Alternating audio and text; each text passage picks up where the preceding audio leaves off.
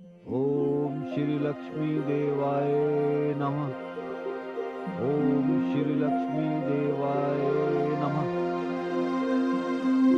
ओम श्री लक्ष्मी देवाय नमः। ओम श्री लक्ष्मी देवाय नमः। ओम श्री लक्ष्मी देवाय नमः। ओम श्री लक्ष्मी देवाय नमः। ओम श्री लक्ष्मी देवाय नमः। ओम श्री लक्ष्मी देवाय नमः। ओम श्री लक्ष्मी देवाय नमः। ओम श्री लक्ष्मी देवाय नमः। महाराज धर्मध्वज, आंखें खोलिए।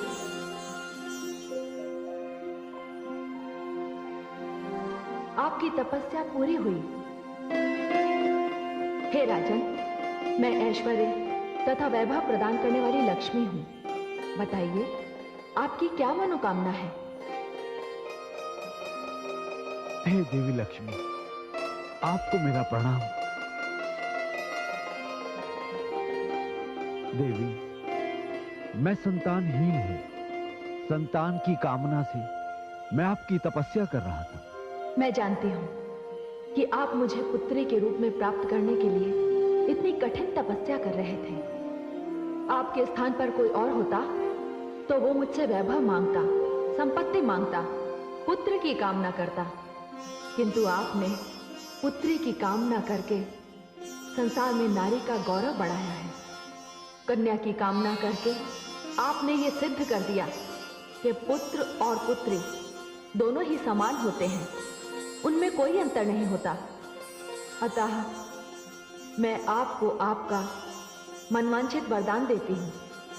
मैं निश्चित समय पर आपके परिवार में जन्म लूंगी और मैं आपको विश्वास दिलाती हूं कि पुत्री की कामना करके आप गौरव और श्रद्धा के पात्र बनेंगे। मैं पुत्री रूप में इसका ध्यान रखूंगी। हे देवी, मेरा आपको कोटि कोटि प्रणाम। नहीं नहीं महाराज, अब आप मेरे चरण नहीं छू सकते, क्योंकि पिता पुत्री के लिए श्रेष्ठ है और मैं आपकी पुत्री होने का वरदान आपको दे चुकी हूं।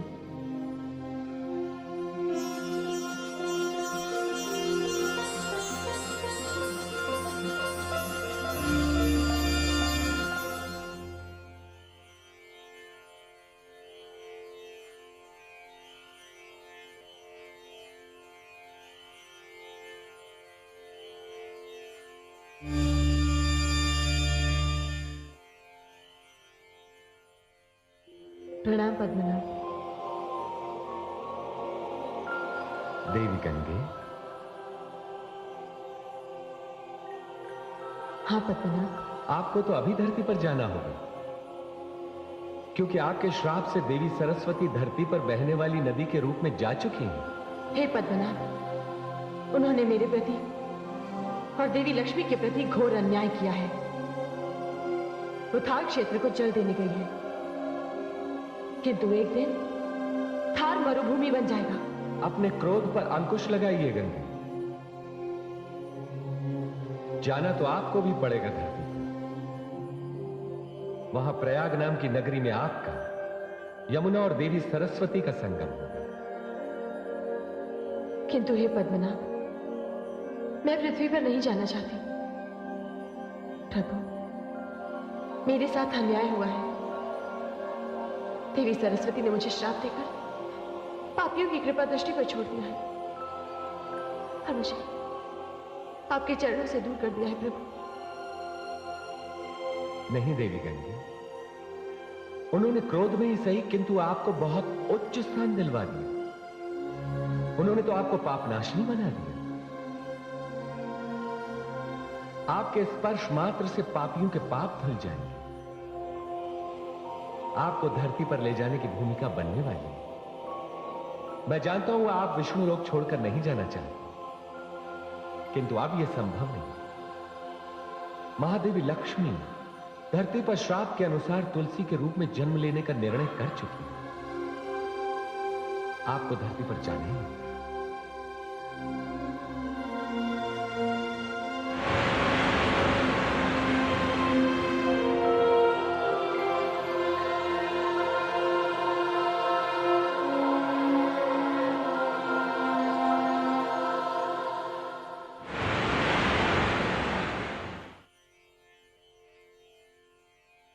आदि प्रजापति, हे आदि प्रजापति।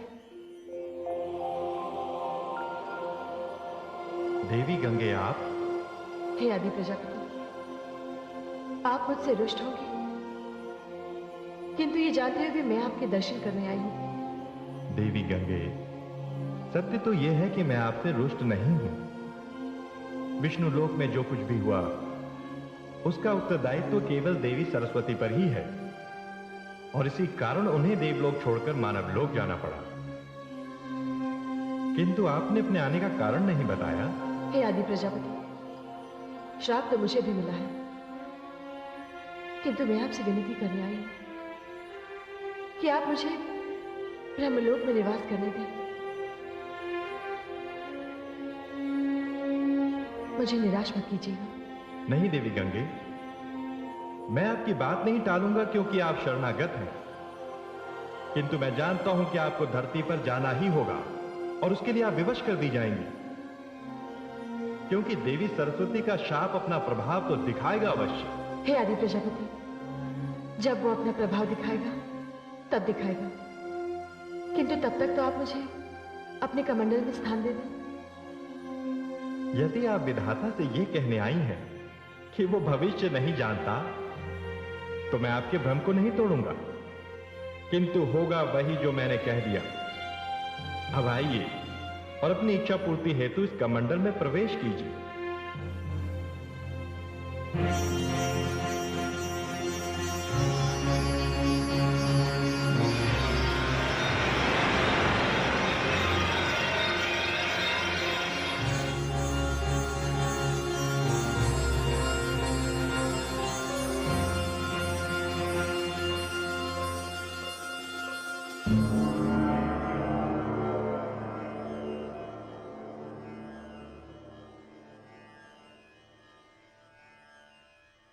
हे कमल लोचन, अब विदा का समय है।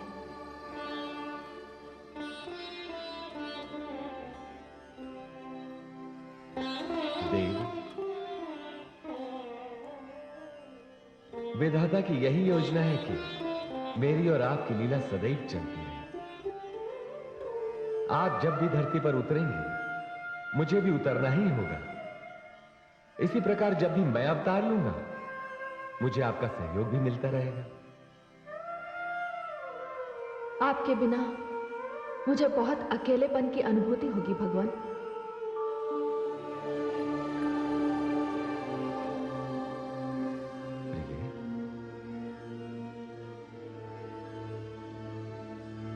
मैं और आप दो होकर भी एक ही, हमें अधिक समय तक एक दूसरे से अलग नहीं रखा जा सकता। हो सकता है यह भी विधाता की योजना का एक अंग हो।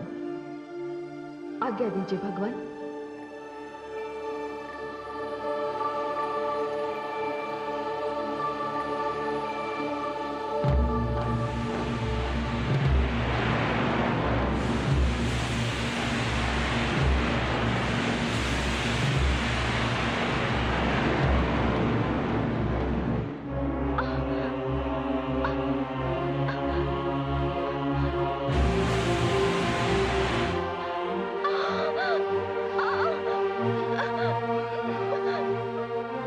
रखो पुत्री, धीरज रखो, सब ठीक हो जाएगा। धीरज रखो, धीरज रखो।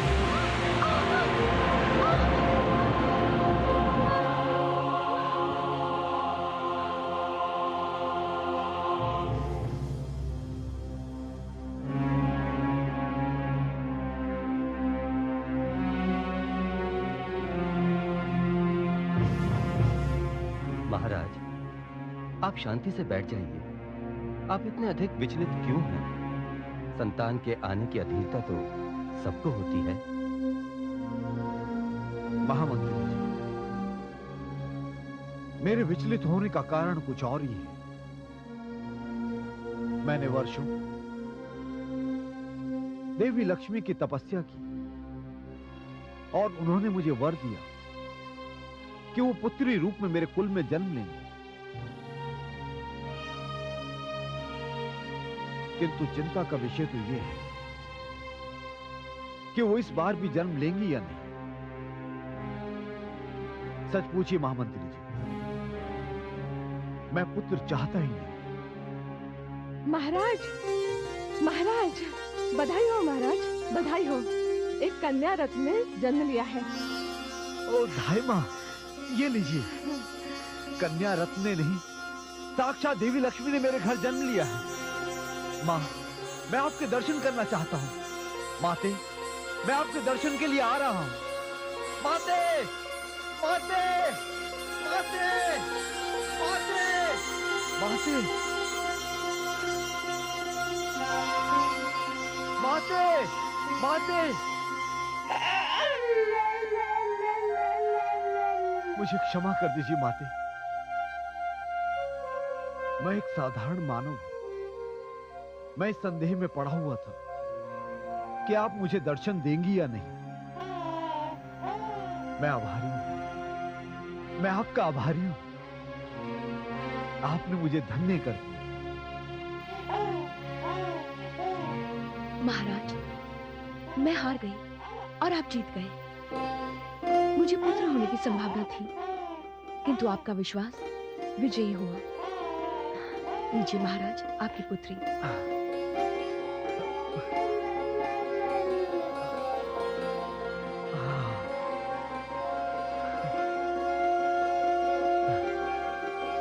संबंधों से तो आप मेरी पुत्री हैं, किंतु भावनाओं से आप मेरी माता हैं।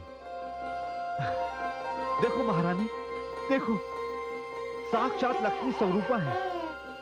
इनके रूप की कोई तुलना नहीं की जा सकती। पुरोहित जी आकर कोई भी इनका नामकरण करें, किंतु मैं तो इन्हें तुलसी ही कहूंगा। महाराज, इस कन्या का इससे अधिक सुंदर नाम हो ही नहीं सकता। शरणागत दीनार्तस्य परित्राणपरायणः सर्वस्नेह गौरी नारायणी नमोस्तुते।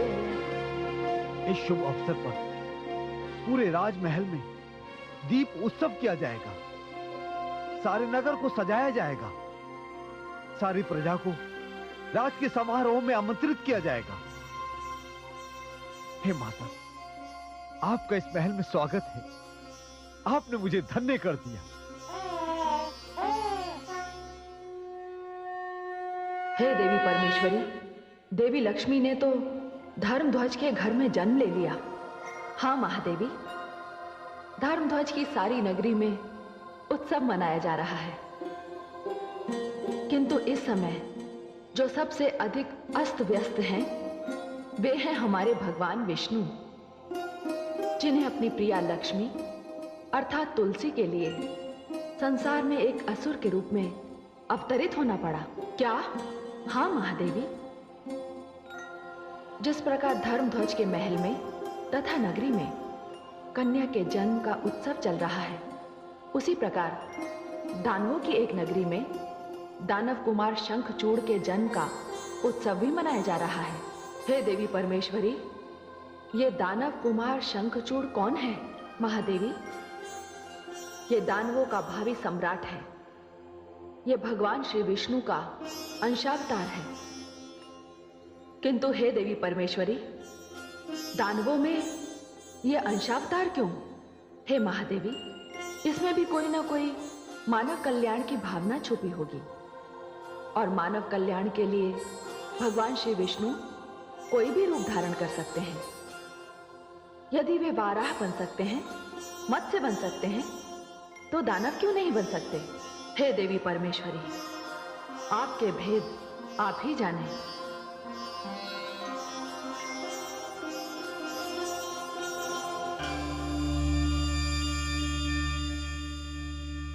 नारायण नारायण।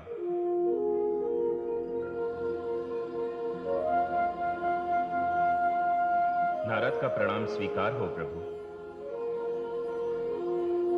आइए देवर्षि, पधारिए। हे प्रभु, आप यहां हैं और आप दानव दंभ के घर जन्म भी ले चुके हैं, किंतु माता कहां है? प्रभु, मुझे तो यहां सब कुछ बड़ा विचित्र सा दिख रहा है। देवर्षि, आपने एक साथ इतने अधिक प्रश्न कर दिए कि मुझे उनका उत्तर एक एक करके देना पड़ेगा। जहां तक महादेवी का प्रश्न है, तो उन्होंने राजा धर्मध्वज के यहां देवी सरस्वती के श्राप के कारण तुलसी के रूप में जन्म ले लिया। हे प्रभु, माता लक्ष्मी को तो श्राप के कारण दूसरा जन्म लेना पड़ा, किंतु आपने उस दानव पुत्र में अपना अंश क्यों डाल दिया? प्रभु, ये कैसी लीला है? ये कैसा रहस्य है? देवर्षि, गोलोक वृंदावन में सुदामा नाम का एक गोप हुआ है। उसे श्री कृष्ण प्रिया राधा ने राक्षस होने का श्राप दे दिया। अब मुझे देवी लक्ष्मी की मुक्ति के लिए उस राक्षस में अपना अंश डालना पड़ा। प्रभु, किंतु आपने उसी दानव में अपना अंश क्यों डाला? इसलिए देवर्षि कि ब्रह्मा जी ने तुलसी के भाग्य में जो वर लिखा है, वो वर दानव शंखचूड़ होगा।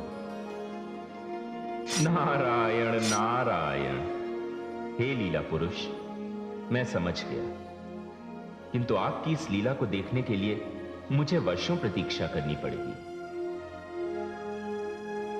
नहीं देवर्षि, ब्रह्मा जी की लेखनी के अनुसार देवी तुलसी जन्म लेने के पश्चात ही बड़ी हो जाएंगी, और यही स्थिति दानव कुमार शंखचूड़ की भी रहेगी। प्रभु, मैं बड़ी व्याकुलता से इस लीला को देखने की प्रतीक्षा करूंगा। मुझे आज्ञा दें, मैं चलता हूं। नारायण नारायण।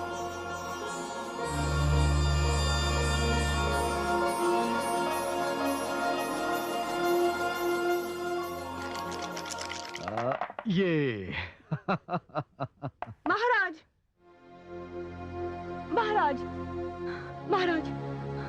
महारानी, आप चाहे कुशल तो है ना? कुशल ही तो नहीं है महाराज। हमारी पुत्री तुलसी तो सकुशल है ना? महाराज, अब मेरे साथ चलिए और स्वयं देखिए उसे। अब बताइए ना क्या हुआ है? महाराज, बड़ा ही विचित्र दृश्य है। वो इस प्रकार बड़ी होती चली जा रही है कि ऐसा लगता है कुछ ही पलों में वो युवा कन्या हो जाएगी। ये आप क्या कह रही हैं? चलिए हम चलकर देखते हैं। आइए।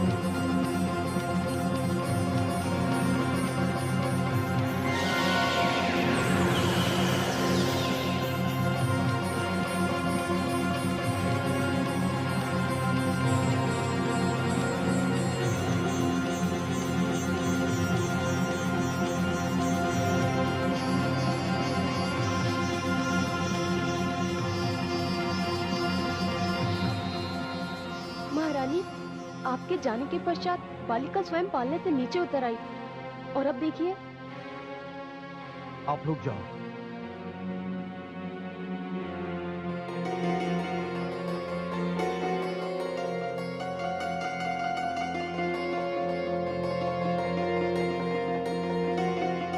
आप देख रही हैं ना, मैंने आपसे कहा था ना कि हमारे घर साक्षात लक्ष्मी ने जन्म लिया है।